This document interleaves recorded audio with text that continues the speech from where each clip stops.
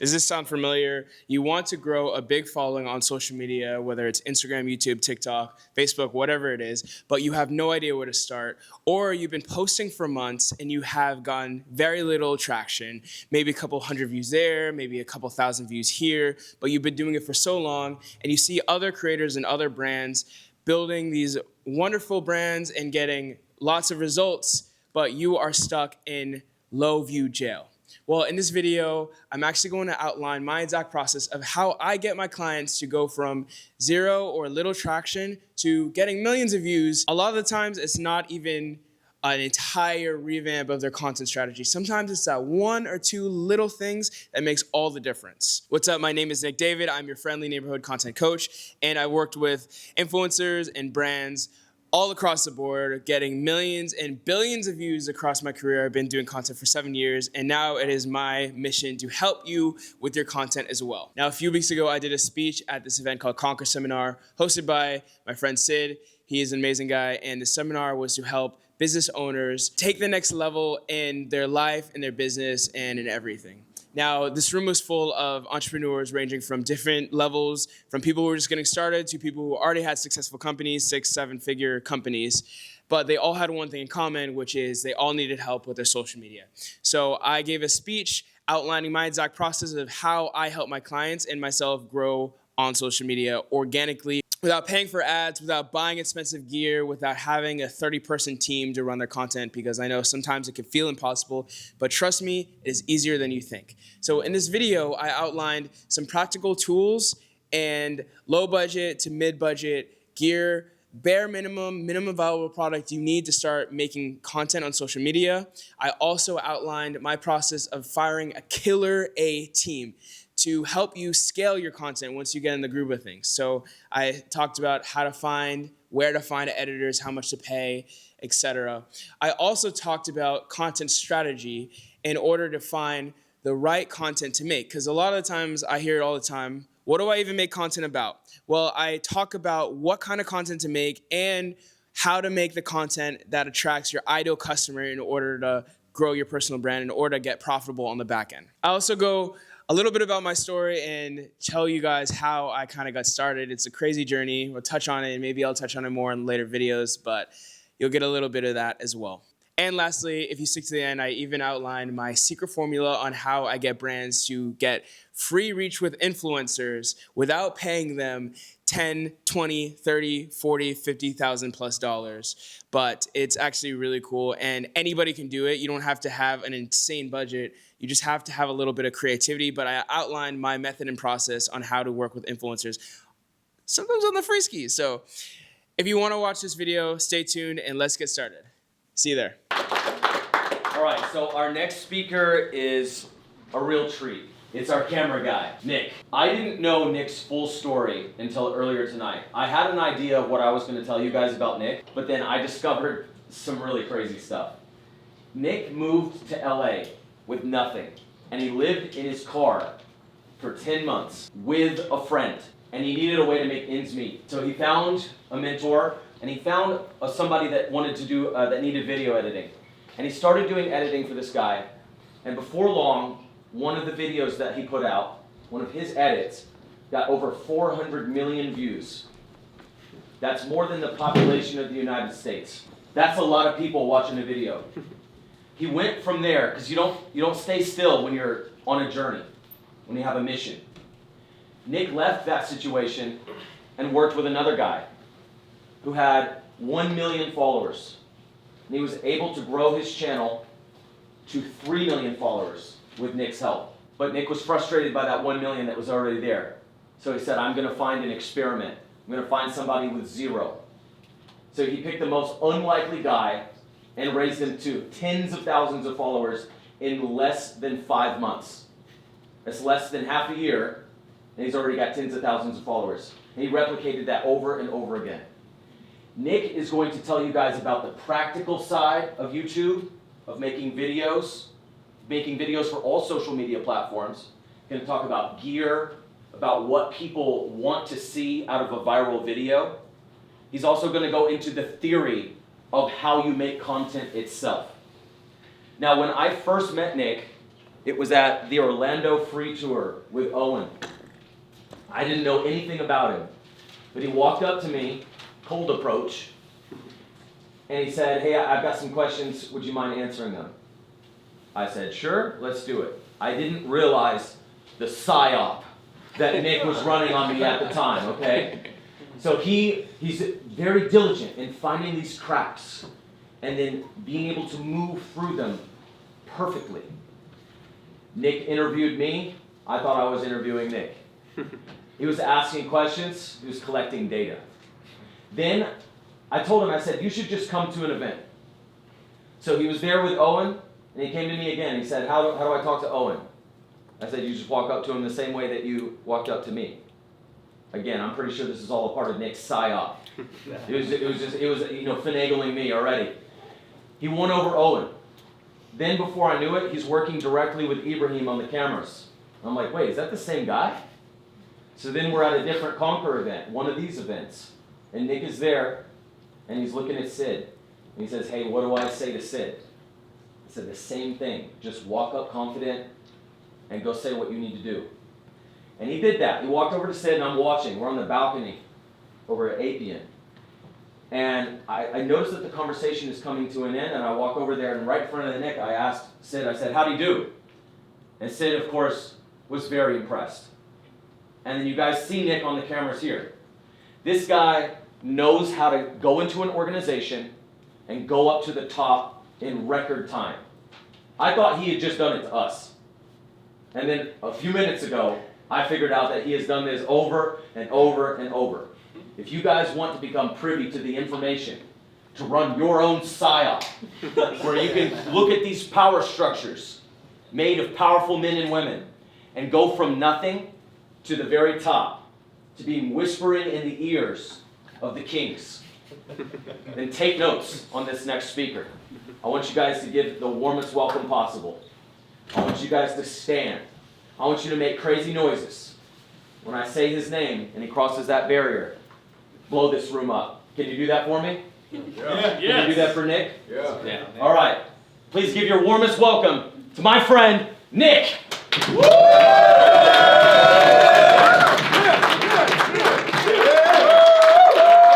Yeah, but that was a little bit about my story. It's been a wild journey. I originally moved out to LA with the intention of starting an adventure. I moved out with my friend. We drove all the way from Atlanta, Georgia to here in a day and a half. We were so excited. Our goal was literally just to make money. And our vehicle was marketing originally. I went to school for like a year and a half, and then we realized that wasn't necessarily the vehicle that was going to make us the most returns for our time. So we decided to move out here. We saw an opportunity in YouTube. Some of our biggest influencers, the ones we look up to, like the OGs when you can count on your fingers, like the most famous YouTubers, we wanted to be at the place where they were at. So we did some research, and we looked up, like, where is the place where we can find the influencers with the biggest following that we can have access to. Turns out it's this place called 1600 Vine. For those of you who are familiar with the area, it's this apartment complex in Hollywood. Some of the biggest influencers like Logan Paul, Jake Paul, like all those like OG ones, they ended up staying there. So we found a way to finagle it where in the daytime we would sneak into the apartment and network with these people, and then at night we would go back to the car and shower at the gyms, and we just knew we had a mission and we were going to do anything to accomplish it. So that was kind of the start of the journey. Fast forward a couple of years later, I met my mentor. He also lived at that apartment complex, 1600 Vine, and he taught me the ins and outs of social media. So originally I was going to do marketing, but I realized I had no skills. I just had a lot of ambition. So he took me under his wing. I started editing for a creator called Adam W. He's a comedian. He has over 20 million followers on TikTok. It was like 7 years ago. From there, I worked for him for 3 years, and I got really good at figuring out what people respond to, what kind of content goes viral, and how to apply that into my own life and my own clients too. But I eventually hit a glass ceiling where I realized, man, this guy's making 6 figures a month plus from social media, doing nothing but making people laugh. How do I get a piece of that? So I eventually left working for him, moved on, started closing my own clients, and then I moved on to this influencer who's another comedian in the gym space. I worked for him for 2 years. We built this following from a little over 1 million to over 3 million in the span of that 2 years. And with him, I help produce his entire content. Rather than just editing, I help find locations, shoot it, edit it, and give advice when on set on how to deliver certain lines and also gather the models. So working for him, I really got good at collaborating and finding people with the right skill set, right talent, right following. After that, I left him and I wanted to see how I can apply that to new people who were fresh off of with zero following. So I worked with this new guy, another comedian. He was in construction, 50 years old. He knew nothing about social media, but he knew he wanted to be famous and he thought he was funny. So so I'm like, okay, after the past 5 years of doing this for people with big followings, let me see if I can consciously write down the things that I learned from how they built their following and apply it to someone who doesn't know anything about anything. A couple of things, if you guys want to take notes on this, a couple of things I realized was the easiest way to hack the system basically, and that's all the algorithms are, is a system. You just figure out how it works and then you can apply it. Same thing that Seth mentioned about finding the people who are where you want to be and moving yourself to them and kind of jumping the line. First thing I realized was, okay, this guy wants to be a comedian. What are his strengths that he's already good at? Because I don't want to build something for him he's not gonna be able to continue on, and also that seems inauthentic. So he's an older white guy, gray hair, and he likes younger ladies. So we figure we go for the older dad, sometimes the creepy dad kind of angle for his videos, because that's what he was already good at and he was always working at. So we just doubled down on that. Then next we figured out, okay, how can we, again, jump the line and figure out how we can take this guy with zero following, zero momentum, and bring him up to wherever he wants to be, build his career like that. So first we looked at what was already working. This is what I take my clients through when I start working on them. When we onboard a new client, we look at what their strengths are, and this is what I would suggest for you guys. First, look at what your strengths are and what you're good at, and then figure out who is already in your niche doing what you can see yourself doing. And it's this part is extremely important because you don't want to build a following or a business that you don't really enjoy living and continuing on, because then it's not fun, specifically for the social media realm. And then we wanted to look at what's the end goal. So for all his end goal was to be famous. He wanted to be an actor. So we looked at who were the comedians in the space, and luckily I had experience working with people who were very similar to the kind of content he wanted to produce. So it was easy, it just made sense. So first we figured out who he was, what are his strengths, and we figured out who is already in the space that's doing what he wants to do. And then we figured out, okay, based on that, let's write out, I think we wrote out 20 content ideas, and let's see how we can execute this in the next week, shoot all these videos in bulk, because working for the previous influencers, it was amazing. We got to travel the world. We went to Bali, Australia, built schools, changed lives through comedy and social media.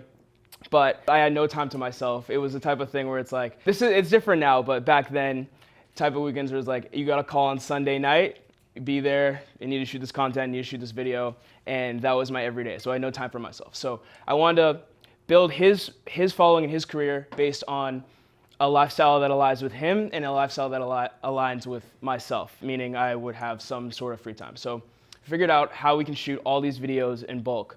A lot of them had to do with dad puns. Here's another thing you guys can do as far as virality, hacking the algorithm.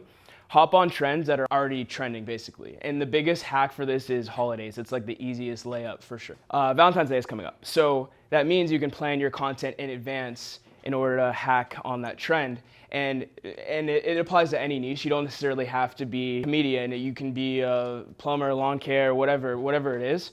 You take what's an easy layup and you see how you can just tap onto that subject and apply it to your business. So for instance, in the lawn care space, you do YouTube yourself. So if you know Valentine's Day is coming up, you can prepare in advance. You can mow 10 lawns, like a heart design in the lawn, and already be ahead of the curve, and that way you have more time, then you can prepare your content in advance. I would suggest doing something like that for the next 3 months. So you can plan, that's kind of like an easy layup. So at the time when we were building content, a couple big things were happening. We actually got really lucky. In the first couple months we started working with them, the solar eclipse was happening. This baseball player, Ohtani, he's the highest paid baseball player in history. He got a contract for over $1 billion, was happening. And that was really awesome because that trend was trending in the news for weeks. So we had like a really good run. The second week of shooting the content, we hopped on that Ohtani trend. Long story short, the scandal was he got signed for $1 billion and his interpreter stole millions of dollars from him. So he was in the news for not only making baseball history, but also the scandal and all this stuff. So we're like, how can we make this into a comedic twist? So we had play the interpreter. Anyway, second week of working with them, we got a video over 1 million views. I think it was 1.2 million views. And then we saw, okay, this is something here. Instead of trying to figure out what's next, we're gonna double down on what's already working. So that would be the next step. So easy layup on like holidays or trending events. And once you get a viral video, make more of that. So literally we took the same exact joke and just switched out the characters. Those next videos got 2 million views, 1 million views, 2 million views on multiple platforms too. So it wasn't just a fluke on that specific platform. Anyway, fast forward, after 5 months of working with him, unfortunately stuff happened and he decided to part ways. It was all good, no bad blood. But I noticed he stopped doing whatever we were doing on the content end, like as far as the strategy and trend hopping and all this stuff. And now he doesn't get too many views because he was doing his own thing, whatever it is. It is what it is. But after you find a formula, I'd say double down and go for that. The thing with specifically though is he built a following with the end goal of being famous and building his notoriety through social media, but he didn't have a way to sustain that. So eventually he couldn't afford to pay me to run his content because I was doing everything: strategy, shooting, editing, traveling, getting models, like all this stuff, getting collaborations, all this stuff. And he couldn't afford it because he didn't have a back-end way to sustain his content, which is why I would say start with the end in mind when it comes to building your following. So if you have a business, like what do you guys, who does social media currently for their business? Okay, what's your business?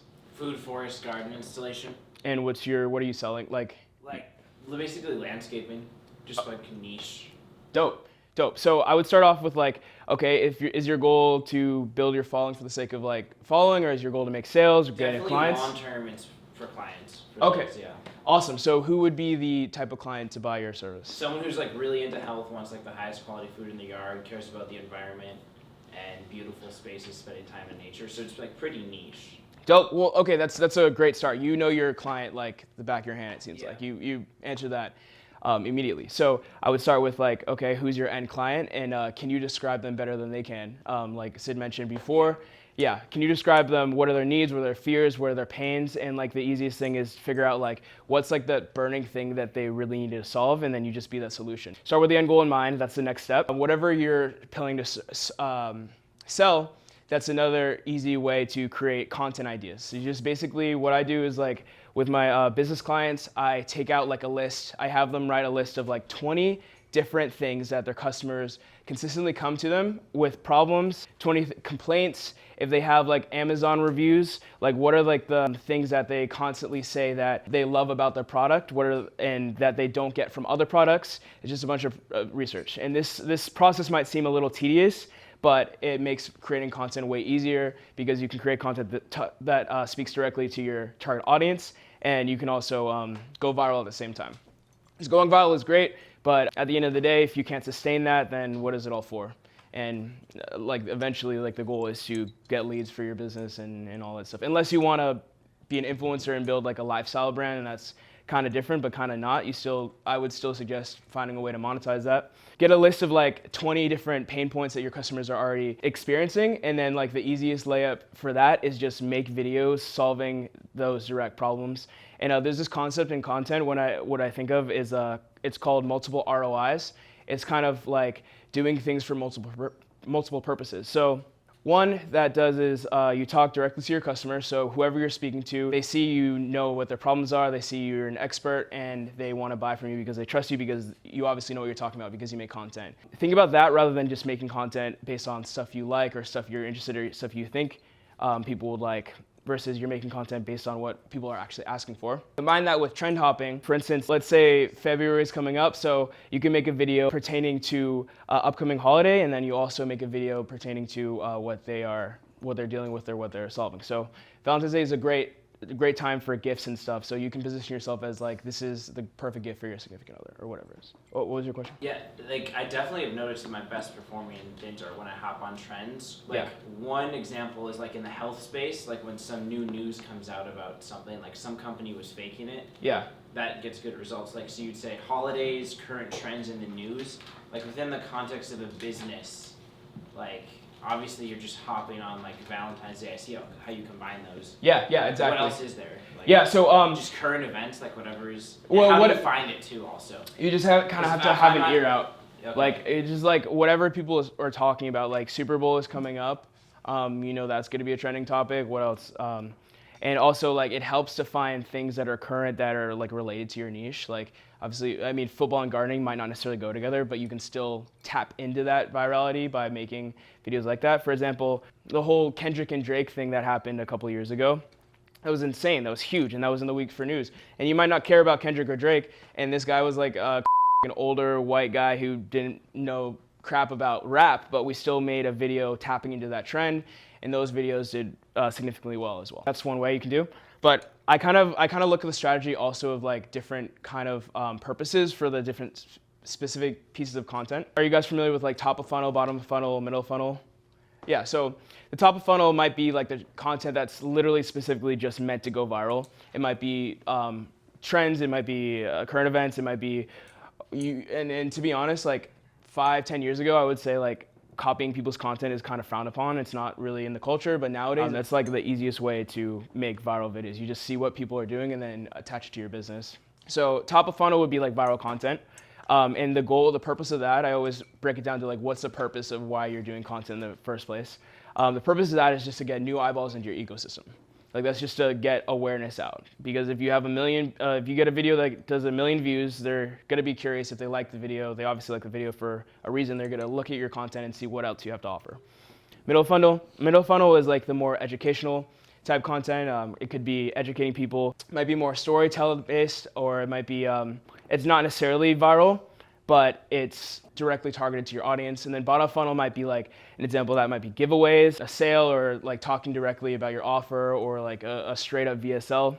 So I would have a strategy that kind of combines all of that. And then obviously there are examples of content creators who like straight up, or even business content creators that straight up have a strategy, all of just like one style of content. You can do that approach. Okay, so look up this content creator called LC Lightbox. I don't know if you heard of him. Yeah, he's a genius. So he sells signs, like LED signs. It's like you would think it's a very boring, straightforward business. How do you make that interesting? Well, what he does is he takes videos that already go viral and they're like controversial. There's this one video of like this white girl. She had like a banging body, but she looked like a dude in the face, and she was talking to them. And then he would take these like very controversial videos, and then it's called a stitch, where you take that video and then you immediately show your reaction, and he would do something funny reacting to that video that he just showed, and then he would say, anyway, if you guys want a light sign, blah blah blah blah blah blah blah. So that's all he does, and he grew a light sign following to over 1 million views off of doing that. And the conversions are crazy. Like I saw in an article, he's like, for every 10,000 views he converts like a 1%, or I don't hold me to that. You can look it up yourself, but he converts off of the views. So his strategy is like just top of funnel, but it works so well because he gets so many results that works for him. So I would suggest start with the end goal in mind and figure out what kind of business and what kind of brand you want to build based on already what works. The thing about the stitches is whatever videos go viral and whatever videos are trending, the algorithm sees that as a valuable video because obviously people engage. A couple of things that makes a video go viral is like comments, shares, saves, things like that, and just engagement, right? This is why the stitch works really well. If you have a video that goes viral in the first 3 seconds off of some viral video, the algorithm it's already in the system. It's already proven to work. So you're literally just like tapping into that virality just by doing that.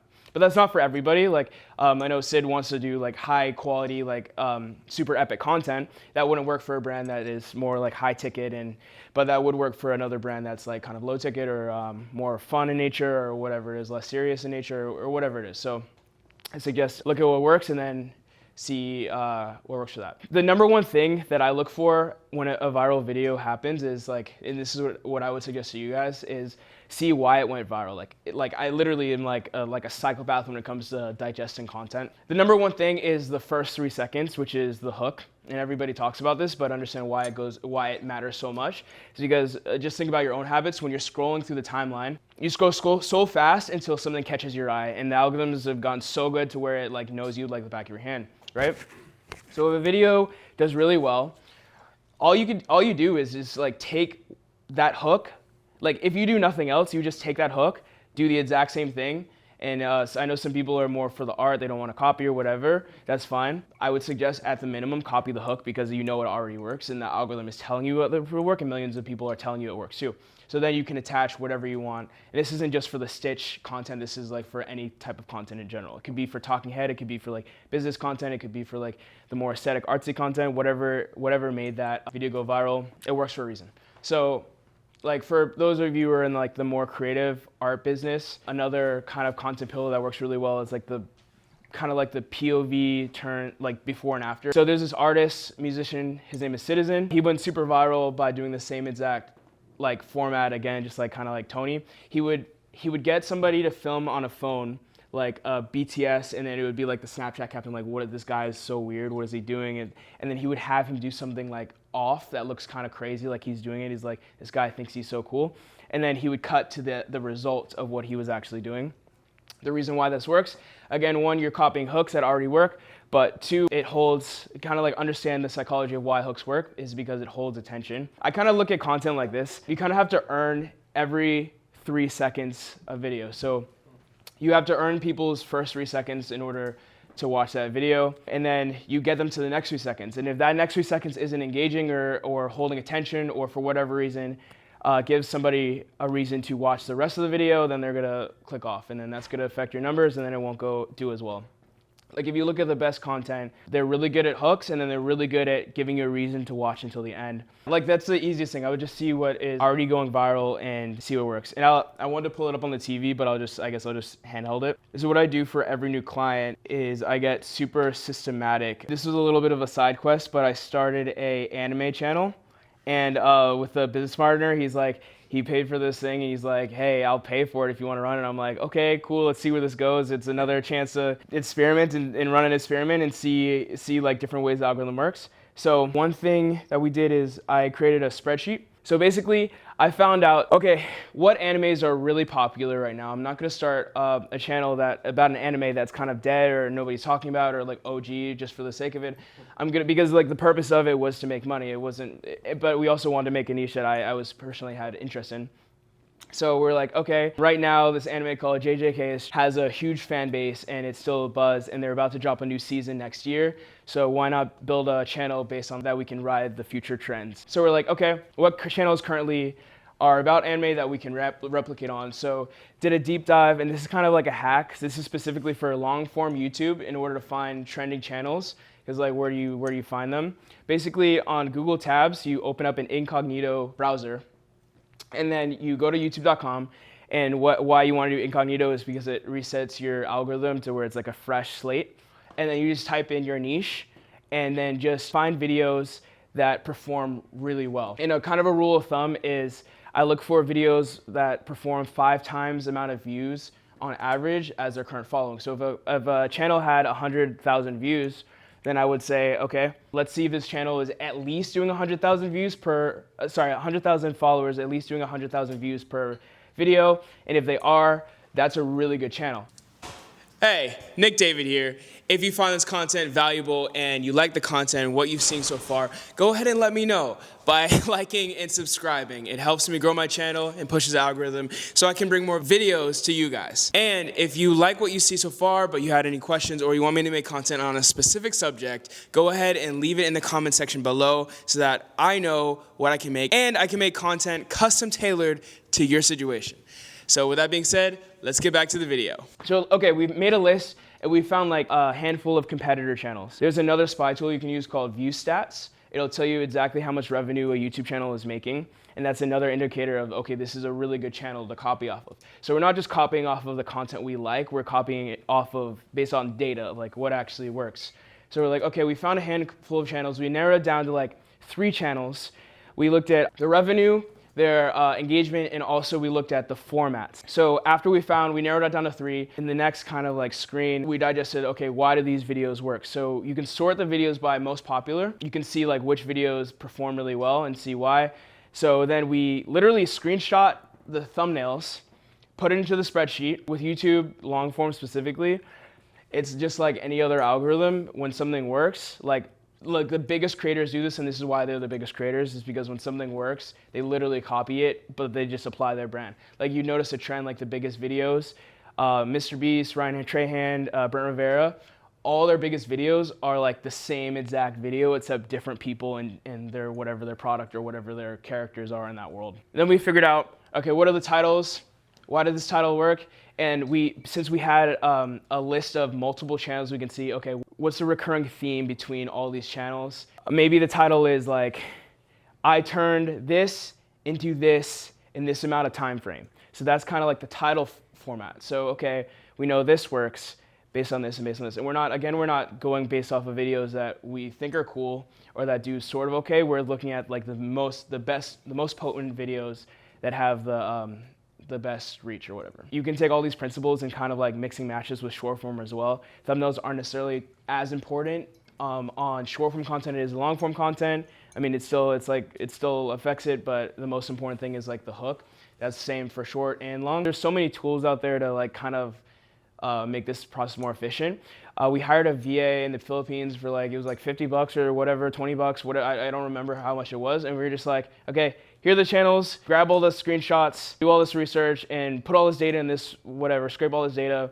And yeah, and it took like a day. And we did it in like a second. You guys are super busy, everybody doesn't have time. So I'd first figure out what are the specific components you need to make content and make it in an efficient way. Sometimes just the nature of what you talk about might not necessarily be like where you can bulk shoot, but sometimes it is. It just depends on what your niche is. So the first thing I look at is like camera equipment. You really don't need anything fancy like an iPhone, like any recent iPhone or Android or whatever it is. I like iPhone personally. That works. Like set it up on a tripod, buy a cheap tripod on Amazon. Like don't make it fancy. Like the number one thing is just to start. Like literally just to get in the momentum of posting and start, and then you'll upgrade later from there. But if you do have a little bread and you want to like invest in some equipment, the Sony a7S III. I think you could probably find one for like $3K, get a couple decent lenses, and I think it has a flip out screen. So when you're creating content, like my number one pet peeve is I don't know what I look like, and I don't know if the framing is okay, and I don't know if I'm in focus. So I like the flip out screen because you can see where it's on focus. I think Sony has an app where you can actually see the screen on your phone too. That's why I really like Sony, and it has autofocus. That's a great camera. I have the Canon R8. I got that camera because it was like $1,500. It was like a relatively cheap camera and had the flip out screen and had autofocus, all that stuff. I would suggest Sony though. As far as audio, the DJI Mic 2, that's this guy. It has this thing called 32-bit float audio. This microphone makes it so that way you can scream really loud, it'll still pick it up, or you can talk really quiet and it'll still pick it up. Lighting, you don't need to buy lights. If you're going the cheap route, like just make sure wherever your light source is pointing towards you. I would never suggest having the light source behind you because then you're shadowy. And the whole thing with social media is you kind of want to stick out, like you want to stick out to your audience, you want to stick out from your background.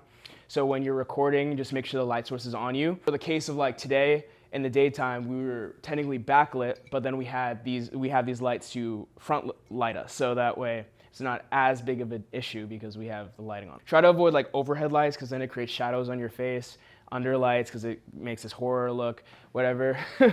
Yeah, it's really, really, really simple, basic stuff. As far as editing goes, again, it depends on what kind of content you make.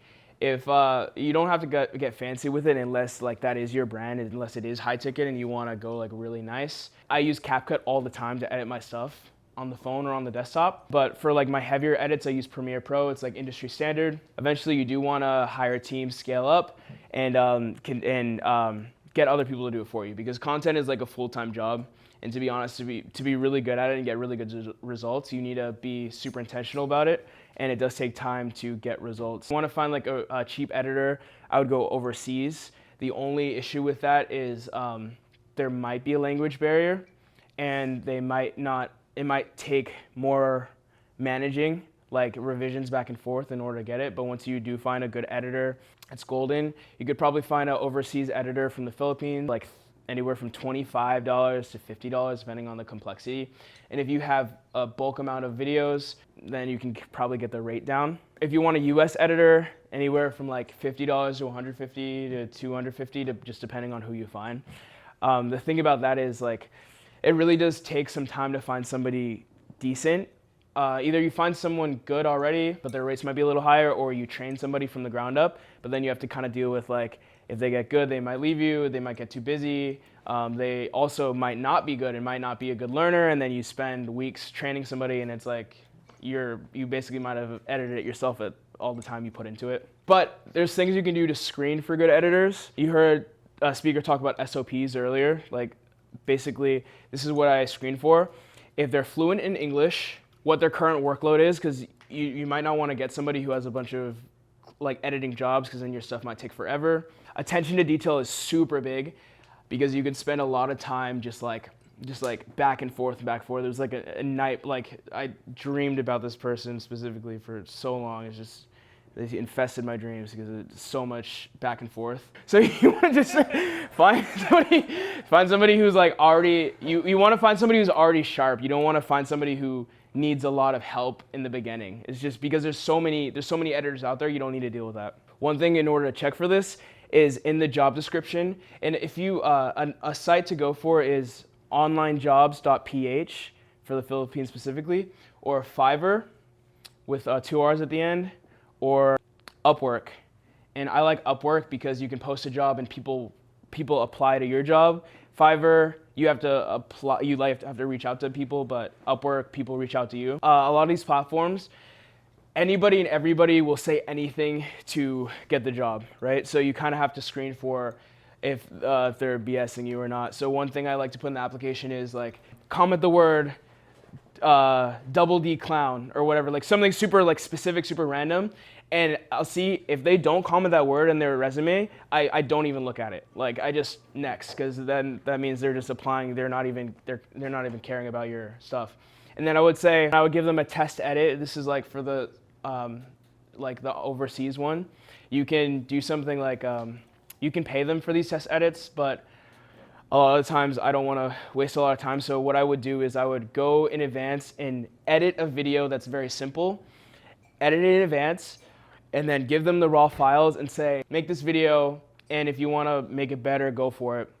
And then I would tell them, I'm going to hire like a few editors, and the person who can get it to me the fastest and the best will get the job. And that kind of like breeds competition within them and breeds a little urgency in them, so that way they will actually do a good job, because a lot of these guys will just like say anything and then get you a crap edit, and then you have to go back and forth. You can pay them, but you might waste a lot of time, because it does take a while if you're going the cheaper route to find like good people. But just be careful with Upwork's policy, because you can't technically ask for free work. But this is kind of like, so I don't seem like I'm taking advantage of them, I would actually do the edit in advance and say like, and it would be very simple. It would be like something that would take them like literally like 30 minutes, 20 minutes. Like I would have them invest a little bit of time in order to see if I work with them, because the goal is to work with them on a monthly salary, so it's like a thing. Or if you guys want to, you can pay them like a sample edit too. You might go through like a couple of editors until you find somebody though. As far as management goes for the editors, I kind of have a lot to go through. I don't know if I'll have time for this, but as far as management, I use this platform called Slack. It's basically like a management system. You look like you're familiar with it. And then I wouldn't just hire one editor, I would hire like 3 editors. And the reason for this is, again, like, you never know. One of my editors completely like ducked out of me after like I gave them work, and I was like waiting for them to respond, and there was a hurricane in their country, and I didn't know what happened to them, and they just like ghosted me. And I spent all this time training them, all this time like giving them footage and back and forth, and gave them a couple gigs, and they just ghosted me. So after that, I'm like, okay, especially if you're doing short form content, it's like very inexpensive to just pay for multiple. I would just find 3, and then just if you're shooting in bulk, just give each one of them like different sets of content. And I would put them all in a Slack group. The reason why I do this is because they can see the progress, I would say like, hey, send your edits here, and they can see when other people submit their edits. And I'd be like, hey, priority goes to the person who does the best work and does the fastest work. So that gives them incentive to also work hard and also give you your content soon. And then I did that specifically for the anime channel. And what happened was the editor that was the most frustrating to work with and that needed the most help in the beginning, and they asked the most money too, but we needed an editor. It was like for a very specific type of editing. It was animation. That person ended up being like the most loyal and the most like gung-ho about the project and like hitting me up every day like, hey, when can I get the next edit? When can I get the next edit? Because I told her like, yo, like you have 2 other editors to compete against. Like the priority goes to the best and fastest editor.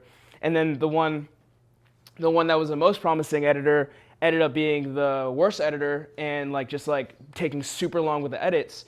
And because they were all in the one Slack channel, they could see like when people were getting new edits, and I would tell them like they would ask for new edits, and I'd be like, hey, sorry, we're already ahead of schedule, like and I would be upfront, like none of this is like shady. I would tell them like, hey, priority goes to the best editor or whatever. So you can do kind of like a system like that. So if they send in those edits, are you not paying them if you're like, hey?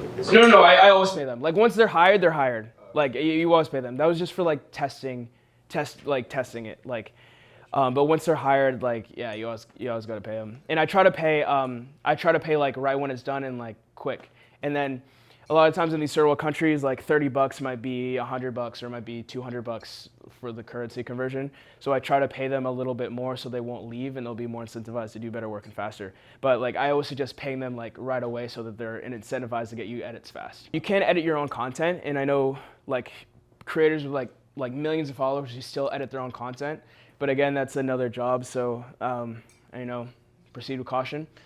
As far as the shooting side goes, like yeah, the camera, iPhone, or a tripod is fine. Just set it up, record yourself, send it off to an editor, and you're done with it. You can hire a videographer if you want, if your content is a little bit more involved and you want to be mobile and you want to get like different types of shots. That always makes things more efficient too. Where I would find videographers is honestly referrals, like in your local area. Just find people who are really good or friends of friends of friends. And I would suggest building like a relationship with your videographer because you also want them to invest in your content too. Like make sure like they are looking out for you, that you don't look silly on camera or whatever it is, or they tell you, hey, you should deliver this line differently or whatever it is. And let me show you guys something really cool. Go to my profile, Hey Nick David on Instagram. Go to my second pinned post and then type the word gear. This is gonna send you, I prepared a list of gear, simple gear setup for you guys, so that way you have the names of all that equipment and it's very easy. But this is an example of a lead magnet you can offer your following too. So what it's gonna do is automatically DM you. It's gonna automatically comment underneath the post for gear. Then what it's gonna do is gonna DM you from my profile saying, hey, thanks for commenting. Here's that gear checklist, click the button below. And then when you do that, it'll say, by the way, this is only for my followers, so it'll make you follow me, so go ahead and follow me. Appreciate it. And then once you follow me, the cool thing about ManyChat is, that's what this software is, ManyChat. It won't let you get the free lead magnet until you follow, if you set it up that way. You don't have to get them. And you can also make them give you their email as well. And then what it'll do is it'll send you that gear list that I just talked about. So that's one way you can kind of integrate lead magnets into your content. One of my clients, they were running a giveaway at an expo, and it was like super last minute for whatever reason. We launched the giveaway like the day before. They consistently got like 3K views, 2K views, whatever it is. Right when we ran that giveaway, we set up the ManyChat automation, and I would suggest do this for your own brand or for your own thing. This would be like the bottom of funnel kind of content if you ever do giveaways or whatever, or lead magnet posts or like carousels. You can say comment this word. You can make it a specific keyword, or you can make it any word, and then it'll send you the whatever lead magnet is. So we did this for this protein brand, and the day before this expo happened, we were giving away like a bag of protein and 2 tickets to this Fit Expo. In less than 24 hours, it got 10,000 views. So it 3x the views just off of like this ManyChat. And the reason why this works is because when it's one, incentivizing people to comment and engage on that post. 2, it's automatically responding to them, so that shows more engagement. 3, they're following you after that giveaway post. And 4, it kind of trains your audience to look out for future, like the winner, not only the winner of the giveaway, but for future giveaways. So it kind of hits it on multiple fronts. And then when the algorithm sees multiple people are engaging on this thing, it pushes it out to more people and pushes it out to more people and pushes it out to more people. And we also had people tag like one friend on this thing. So you're also incentivizing people to tag more people, and then they'll tag more people.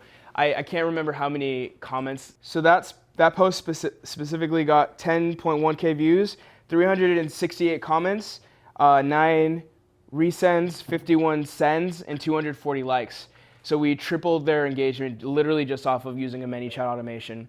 So whatever free lead magnet you give, whether it's a giveaway or like a guide of some sort or like a free course, just make sure it's like actually really valuable to your audience. It can't be some BS thing you make with ChatGPT. I mean, it could, but it might not convert as well. I would suggest creating something that's actually like super valuable to them, and that'll incentivize people to post. And it's like $25 a month. It's like super valuable. And from that, like literally less than 24 hours, we collected like 140 emails as well for their brand, and they're like a product brand. So that's they're using that. They threw that in their email sequence campaign. So if you guys want to build like a lifestyle brand, there's this concept I talk about. It's called multiple ROIs. So whenever you go to plan your content strategy, I'd also look at like how much time you realistically have, how much time you want to put into creating content, and how much effort you want to put into. So we found this company called Seek, SEEQ. It was for this protein. It's one of the competitors for this protein client of mine, and I realized something that they do, which is really cool, is they have this one specific content pillar on where it's a game show. It's two people holding up like a PVC pipe and a clear bucket with their branding on, and these two people standing next to each other, and they have to answer questions for this game show. And what they do is they don't post this game show directly from their Seek page. They actually created a whole new page specifically that just posts that game show content, and they would collab with that content. And I think that page, that game show, has a little over 1,000 followers. And consistently they're getting over 50K views per post, which is crazy unheard of. But they found a content pillar that really works. So what we're gonna do next week is we're gonna take that exact content pillar and apply it to this protein brand. Like the exact same game show, exact same PVC pipe, we're just gonna put our branding on it and collab with that. And it's an experiment. Like I look at content like an experiment. You can't really look at content like what you post is like forever. You can always archive it. But a lot of it is just like figuring out like really fast what works, and once you do figure that out, like doubling down and applying that to your thing. When it comes to shooting content in bulk, that's one content pillar. We're gonna pick one day where we shoot all of that content because it's like quick content. We're not necessarily gonna shoot like the other content pillars because it's a different style and it'll take a little bit of more effort. But if you guys are thinking about what kind of content you want to create, if you guys are doing more like talking head, like educational content, maybe you're selling courses or mentorship or whatever it is, you could do something like create an event or hop on somebody else's event. They were talking about value arbitrage. So out of this event, I'm getting a long form YouTube video off of talking to you guys. I can also get shorts, so I can repurpose that. And this is taking like 2 hours. And in 2 hours, we have like a month's worth of content for my own personal brand. So you can create events like that. Now, this concept is really cool. I met this lady who literally, this is her entire job, is create events. And she kind of described it like this. We were on a hike for this company called Paluva. They're like the toe shoes. And it was a hike that the brand sponsored. And on the hike, they work with this influencer who has 2 million views. And a hike is free. Like all you have to do is like pay for like maybe like a tarp with your branding on. It might cost a couple $1,000s. But you create this community event and then not only do you have people trying out your product, but you also have people posting, tagging, posting stories. So that's free content. And if you invite influencers to that event, now you don't have to pay them for a brand deal. You don't have to pay them they might charge $10,000 for a post. Now you give them free product. It costs you only a couple $1,000s, but now you might have 20 influencers, and it's just free branding why not? Because that's the nature of what they do. They want to share what they're doing. So that's kind of like a hack. So for instance, if you were a fitness influencer, you wanted to make fitness content, and you wanted to sign up like new clients or whatever, you could find like a really unique, cool angle that nobody else is doing. Like maybe it's like hot yoga, like hot cycling or some, like find something that's like unique. Like maybe that's too basic, or it could be basic starting out. Find something that's like within your means, and then invite all your best buddies. It doesn't have to be influencers.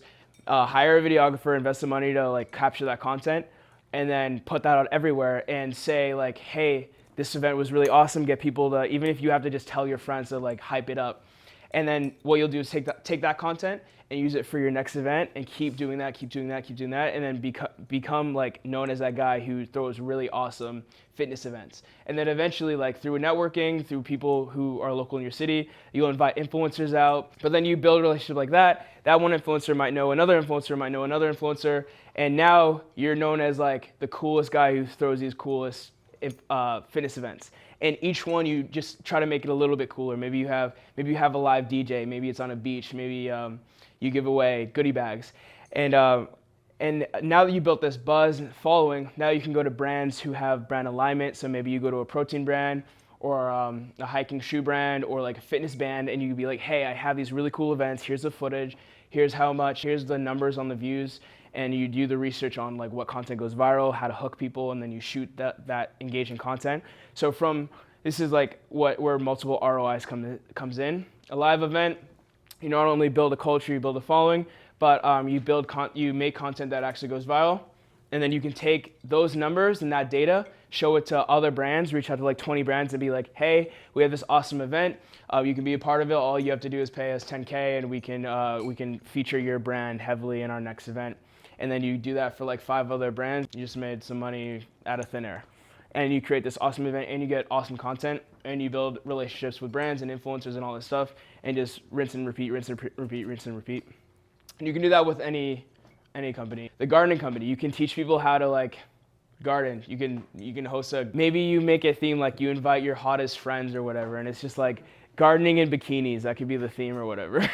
Or like gardening or whatever, like make it fun, make it like something like people actually want to share on social media. Yeah.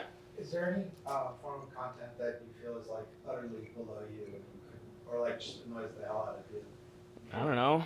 I mean, look at. You feel tolerant, fundamentally. I mean, it's up to you. Like, look at Jake Paul, right? He's super annoying. Like, he looks like you might want to punch him in the face, but that's on purpose. That's like engineered by design. Like, it might be considered cringe what he does, but he's getting paid millions of dollars for an hour of his time. So like, who's laughing at the end of the day? So it just depends on like what kind of brand you want to build.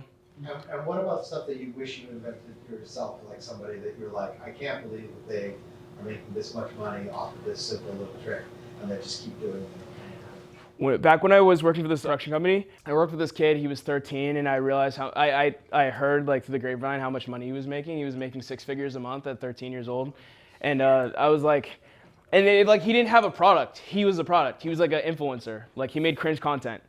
And I was like that opened my eyes. It's like, it literally doesn't matter what kind of content you make. Just make what you like. Well, I mean, it does, but like make whatever kind of life you want to build. But I'd say I regret not starting content years ago for sure, 100%. Yeah, as long as you're consistent, you know it works, and like you see the trends are, and then you capitalize on that. You can build a following like metaphorically overnight. I know people who've gone to 500,000 to 1 million views in like 6 months, like literally 6 months.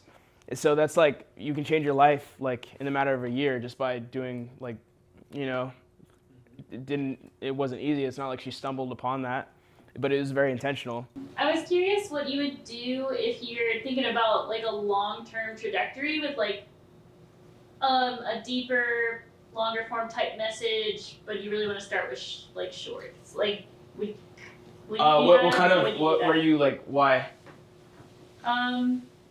Like deeper philosophy about like the collective, humanity. Maybe you don't do like the most viral stuff. I mean, you still can find a way, but like for long form, I would suggest again, like figure out what hooks work, like do the research. And as long as you like make sure your hook is really engaging, like you actually put intention to that, you're not just winging it on camera. And maybe it could be as simple as like how you design your space. There's this concept called world building when it comes to content. So This is a really cool exercise. Figure out what are your characters in your brand. So like you obviously, I would suggest putting your face on your brand. Your friends who are in your content. It could be your dog, it could be your cat. It could be the location. So what's the location where your world exists? So if you're shooting content in your bedroom, are you going to shoot content on just a blank wall? Are you going to make it personalized? Are you going to add lighting? Are you going to make it look really cool? Are you going to add art that speaks to whatever your brand is? What are your friendlies? What are your allies? Like if you're into fitness, you're a really big promoter of creatine and like natural, or maybe like natural bodybuilding or whatever. And what are your enemies? So you're super against steroids. This exercise kind of figures out where like the direction of your brand is. But I'd say like long form content is a really good strategy for closing clients too. I paid this coach, his mentorship was $6,000, and I literally found him randomly off the internet, and he taught like very specifically how to build coaching businesses for people who built production companies and want to pivot into coaching business. It was like niche to that thing, and he had less than 6,000 subs. It's like relatively very small following, like. But he sold me, and I never like heard of this guy before. Like he had no following, no clout, no mutuals or whatever. But I decided to pay him, and it was like really valuable content. So it kind of goes to show like long form content really works if you want to close clients, because you spend more time with that audience. What is the saying? Like you have to spend 7 hours with somebody to sell them or whatever it is. And how many long form videos do you have to make in order to spend that 7 hours versus how many short form content do you have to make to really impact somebody with the same amount of time, you know what I mean? So I don't know, if your goal is like impact, I would go for long form for sure. Yeah, but short form could be a really good strategy for like getting eyeballs on you. But the type of audience you build with short form content might not be the same audience you build with long form content. Because if you think about the psychology of somebody who like really is gung-ho about shorts, they might value like quick dopamine hits, like short attention spans, whatever it is. But if somebody's gonna watch like an hour of you, then they might value like that deep personal connection. So it might even be like two slightly different audiences, if that makes sense. I would just double down on like one lane first, build that, and then maybe integrate shorts like as you build momentum. Yeah. Do you ever find that Stitch videos, like I have some and I get like 5 views, and I'm wondering if the algorithm detects that it's someone else's video for the first few seconds? I think it helps. Yeah. Then so they started working for me, and then suddenly the Stitch videos got like no views, like 0. It could be multiple things, like I don't know. Other videos still do. Okay, I was just curious. Yeah, it could be multiple things. Like there's like freak things where I would post a video and it get like 1 view on YouTube, and like that's not normal. If you're like you're at least gonna get at least a couple hundred at the minimum, but if you get like 1 view or 0 views over like a week, that's like not normal. I just like delete it or archive it or whatever and then post later. Does the DJI mic work on it? Like, is it hooked up with your camera system, or how does that? Yeah, so if you get the kit, it comes with a charging case and little attachments, so you can plug it directly into your phone or your camera. It also has this really cool thing where it has internal recording, so you press a button and it can record the audio. The only thing is you'll have to like sync it later, which makes it a little annoying if you edit from your phone. So yeah, if you're editing off of like a editing software, like off a desktop, it's like click of a button, but off the phone so I would always try to like attach it. So it attaches to the phone. Yeah. Cool. Yeah, it also attaches to the camera. So as far as like you said, there's the Sony A7S III. Compared to the quality of like a phone video, is there anything less than 3K that's significantly better? Yeah, they always say like, what is it? Date the body, marry the lens, right? So you could probably find like an older A7S II for like maybe a little over $1,000 or whatever it is. Like just Facebook Marketplace is a wonderful place too. You can find like really cheap cameras, and then I would suggest invest in like a decent lens. Like How much would that be worth spending? you could find a lens for like less than $500. The thing to look out for is like the f-stop. So if it's like a lower number, like a 1.4, 1.8, or like a 2.0, versus like a 4, like the higher the number. And the reason why that makes it like look better quality is because it has your subject in focus, and then the background is blurry, so it gives it that polished look. So the lower the number, like the more that effect happens. So Yeah. So you can buy a cheap body and then just get like a decent lens, and then that could make your videos look. But it's more expensive. Like the lower number you get, like the closer to 1 you get, the more expensive it tends to be. So. Okay. Yeah, I just do your research. Like just ChatGPT it. Yeah. Like honestly. And then you could take that information, and like one thing like I value is autofocus, low light shooting. So if you get a cheaper, older body, the low light might not be as good. You know what I mean? You might get that grainy look. So I would just like do some research to see what you like. If your majority of your content is in the daytime, then the low light you're not gonna need to worry about that. But if you like do travel content or you make content in multiple locations or whatever it is, then just look up what's best for you. If you guys like this video, like, comment, subscribe. Also, if you want to work with me personally, comment below and we can get you set up. All right, peace. Okay, cool.